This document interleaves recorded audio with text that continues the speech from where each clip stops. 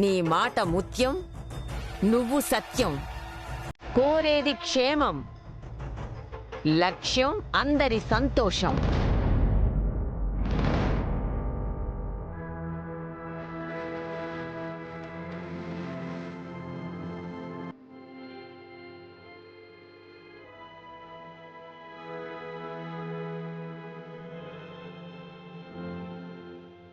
నిన్నే కాదు, ఎన్నోసార్లు మీ కుటుంబాన్ని సమస్యల నుంచి కాపాడిన మీ చిన్న కోడలు నీ ఇంటికే కాదు వాగ్దేవి,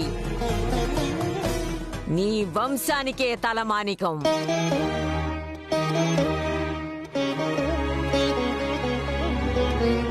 ఏడు తరాల నుండి మీ వంశ గౌరవాన్ని, ప్రతిష్టని కాపాడుతుంది ఆ పంచభూతాలు, పరమాత్ముడు మాత్రమే కాదు, మీ అత్తా కోడళ్ల బంధం కూడా.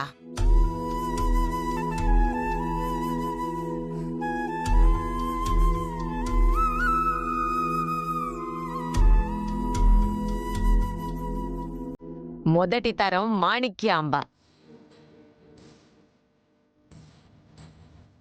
రెండో తరం భానుమతి, మూడో తరం గాయత్రీదేవి,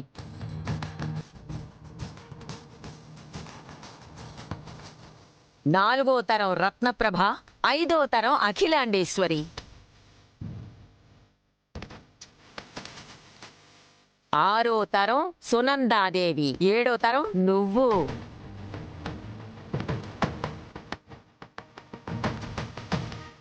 అవునమ్మా, అవును.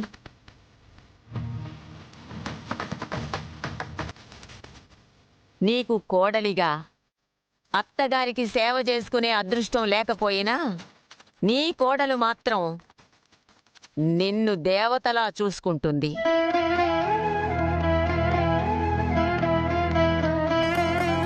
అందరికన్నా నిన్ను 100 అడుగులు ముందు పెట్టింది.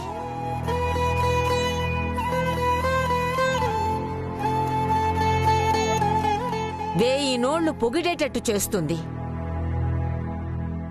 ఈ అమ్మాయి మీ ఇంటికి రావడం మీ కుటుంబానికి ఒక వరం వాగ్దేవి.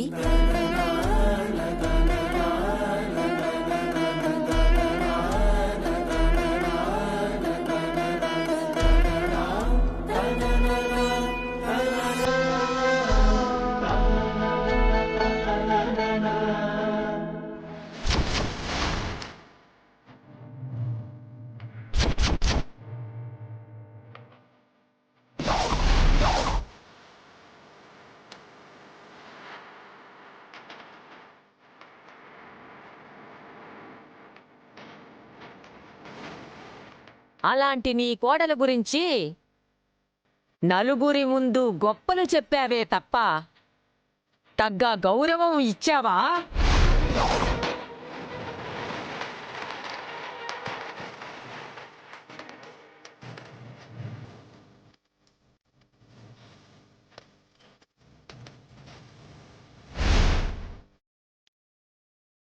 ఎందుకు ఇవ్వలేదమ్మా? అడగకుండానే ఎన్నో వరాలు ఇచ్చారు. మా అమ్మగారిలో నేను అత్తయ్య గారినే కాదు, మా అమ్మని కూడా చూశాను.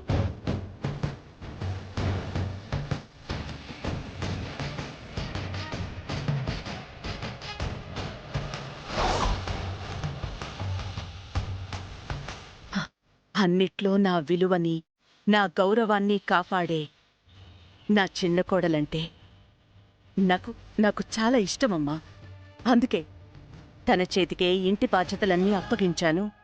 అప్పగించడం అంటే నోటి మాటతో చెప్పడం కాదు, వస్తువుని చేతికివ్వడం కాదు. మంత్రోచ్చారణ మధ్య ఆ దేవుడు సాక్షిగా జరగాలి.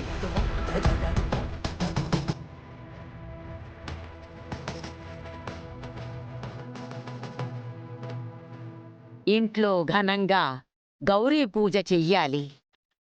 5గురు ముత్తైదువుల్ని పిలిచి గౌరవించాలి. వాళ్ళందరి సాక్షిగా, ఆ గౌరమ్మ సాక్షిగా అప్పుడు ఈ ఇంటి బాధ్యతని నీ కోడలికి అప్పగించాలి.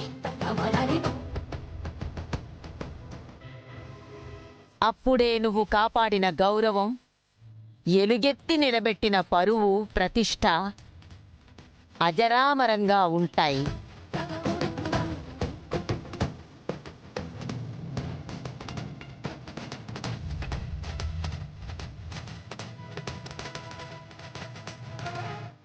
సరేనమ్మా, అలాగే చేస్తాను. తప్పకుండా చేస్తాను. చెయ్యటం కాదు, రేపు ఉదయం 10:41 అమృత గడియలున్నాయి. ఆ గడియలోపు ఈ బాధ్యతని నీ కోడలికి అప్పగించాలి. ఆ, ఆ, ఆ, సరేనమ్మా. ఆలస్యం చేస్తే నీ కుటుంబం మొత్తం చిన్నాభిన్నమవుతుంది.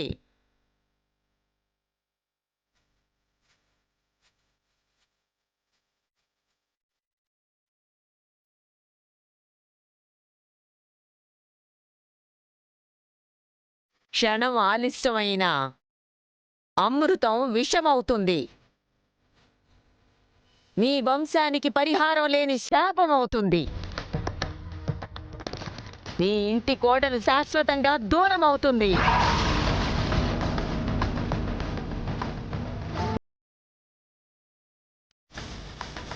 మీ ఇద్దరి బంధం దగ్గరవ్వాలంటే తగు సమయంలోనే ఈ పూజ జరగాలి. అప్పుడే నువ్వు, నీ ఇల్లు క్షేమంగా ఉంటుంది.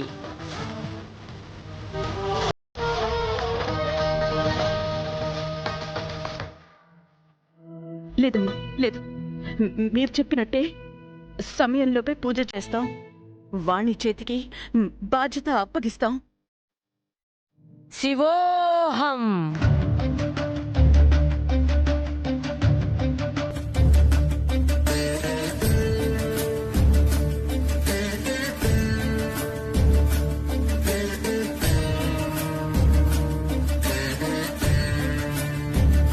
నీ కడుపున పుట్టే వారసుడు కోటి వెలుగుల ఆనందానికి కారణమవుతాడు. ఇది ఆ శివయ్య పలికిన మాట శాసనంగా మారుతుంది.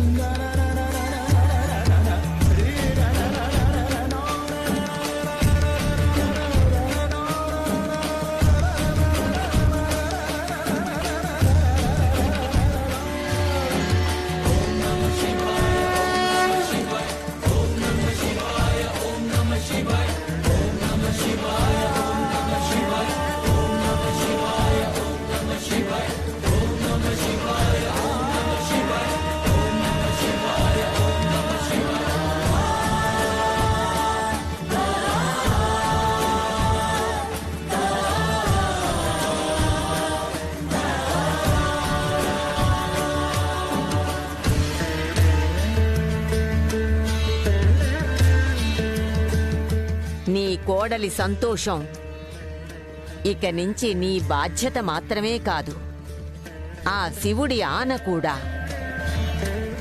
నువ్వు నీ కోడలికిచ్చే విలువ నీ వంశానికి బలం అవుతుంది, పరువుకి 10 వెలుగు అవుతుంది.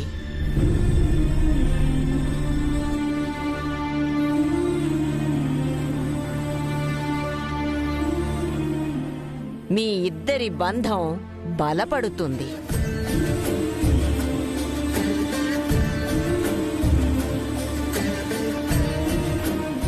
శివోహం.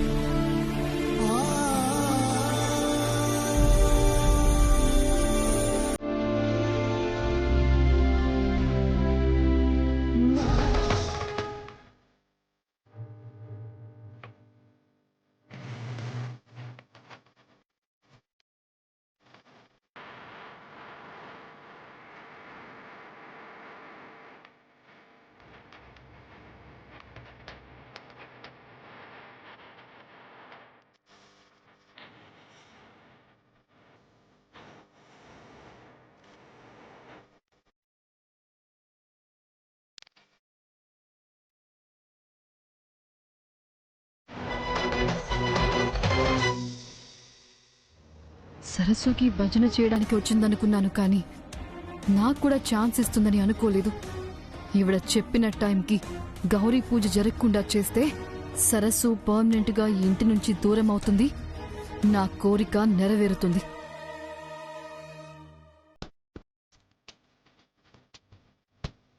వెళ్దాం మేడం. అమ్మా వాణి, పదమ్మ వెళ్దాం.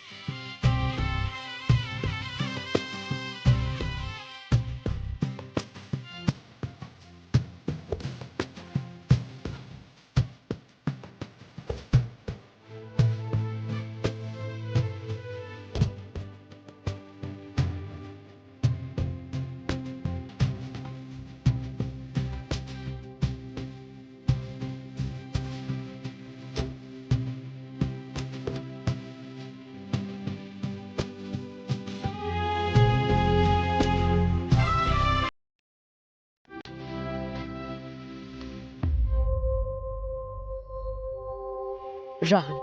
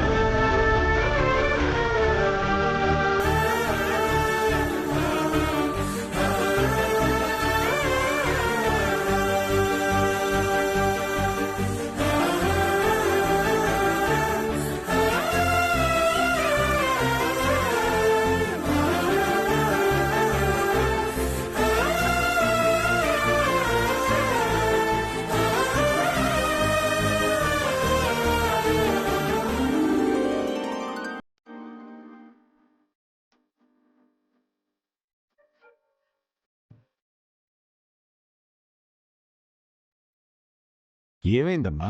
ఆ బొట్లేంటి, ఆ విభూదేంటి? అందరూ కలిసి గుడికి వెళ్ళొస్తున్నారా?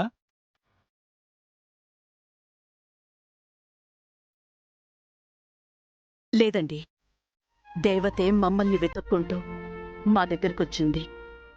దేవత?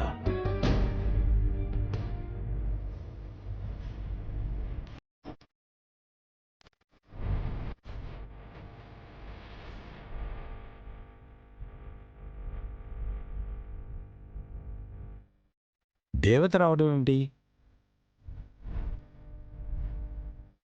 అవునండి, ఆ దేవతే మాకు ఎదురుపడి చెయ్యాల్సిన కర్తవ్యాన్ని గుర్తు చేసింది.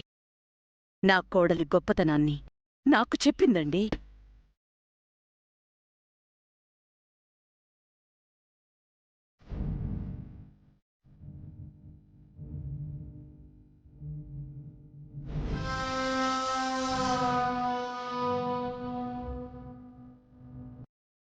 అయితే ఆవిడెవరో దేవత అయి ఉండదు. సరసు భజన సంఘంలో కొత్త మెంబర్ అయి ఉంటది. నోరు మనసు రెండూ మూసుకుని చెప్పింది విను. మ్మ్.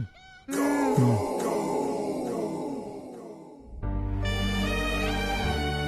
ఏడు తరాల నుండి మన వంశ గౌరవాన్ని కాపాడుతోంది అత్తా కోడళ్ల బంధమట.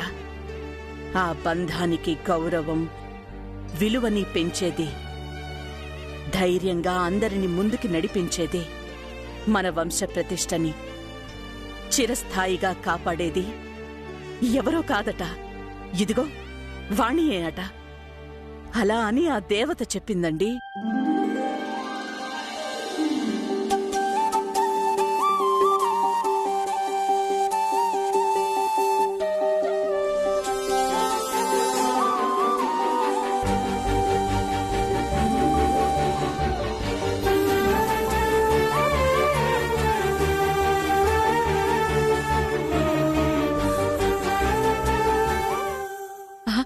ఈ మాట చెప్పింది నేను కాదు, ఆ అఘోరి రూపంలో వచ్చిన దేవత.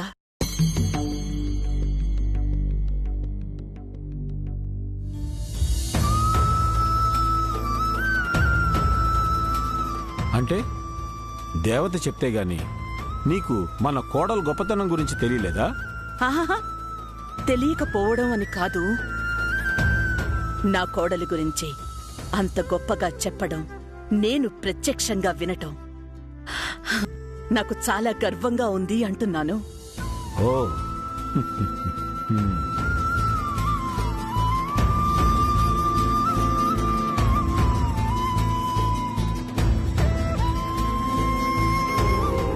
నువ్వు చేసిన మంచి సహాయం మనుషుల్ని దాటి దేవుళ్ల దాకా వెళ్ళింది అంటే నాకు చాలా సంతోషంగా ఉంది సరస్వతి.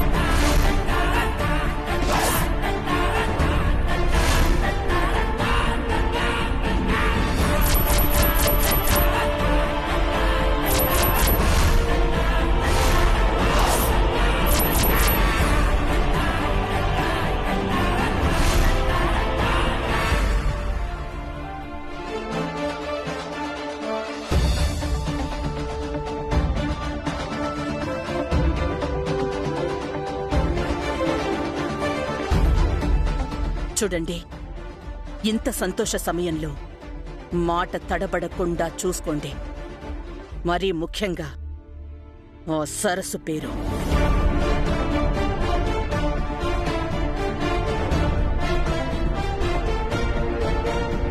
అది వింటేనే నా ముఖంలో నవ్వే రాదు, మనసులో సంతోషం కూడా ఆవిరైపోతుంది.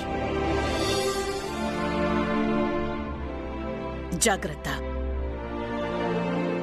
మళ్ళీ ఇది రిపీట్ చేయకండి ప్లీజ్.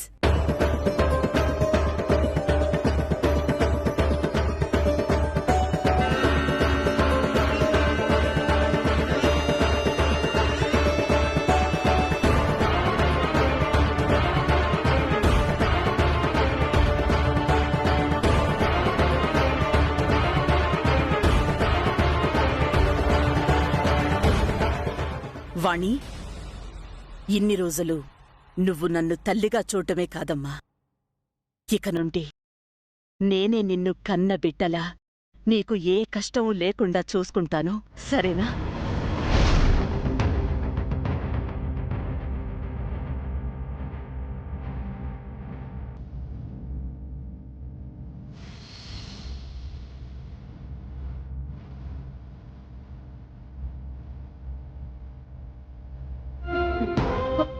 ఏ కష్టమూ లేకుండా నేను చూసుకుంటాను అని చెప్పాను కదా నీకు. ఇంతలోనే కన్నీళ్ళేంటి వాణి?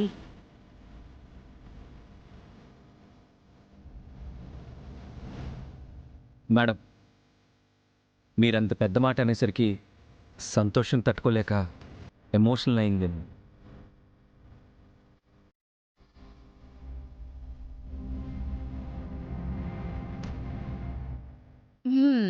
అంటే అవి కన్నీళ్లు కాదనమాట,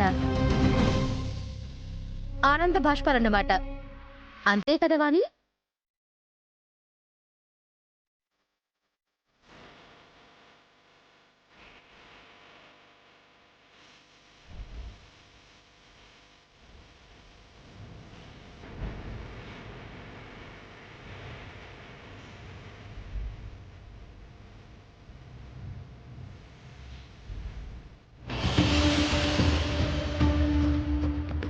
అంత లేదు.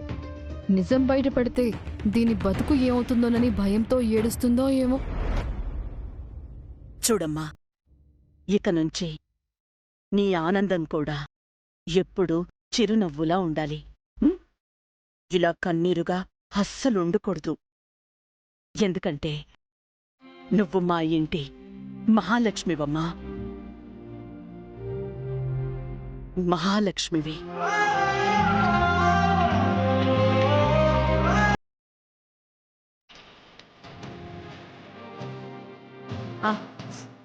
అమ్మ చెప్పినట్టు రేపే పూజకి ఏర్పాట్లు చేయిస్తాను. నేనే దగ్గరుండి అంతా జరిపిస్తాను. అధికారం మొత్తం నీ చేతికిచ్చేస్తాను. ఓకే?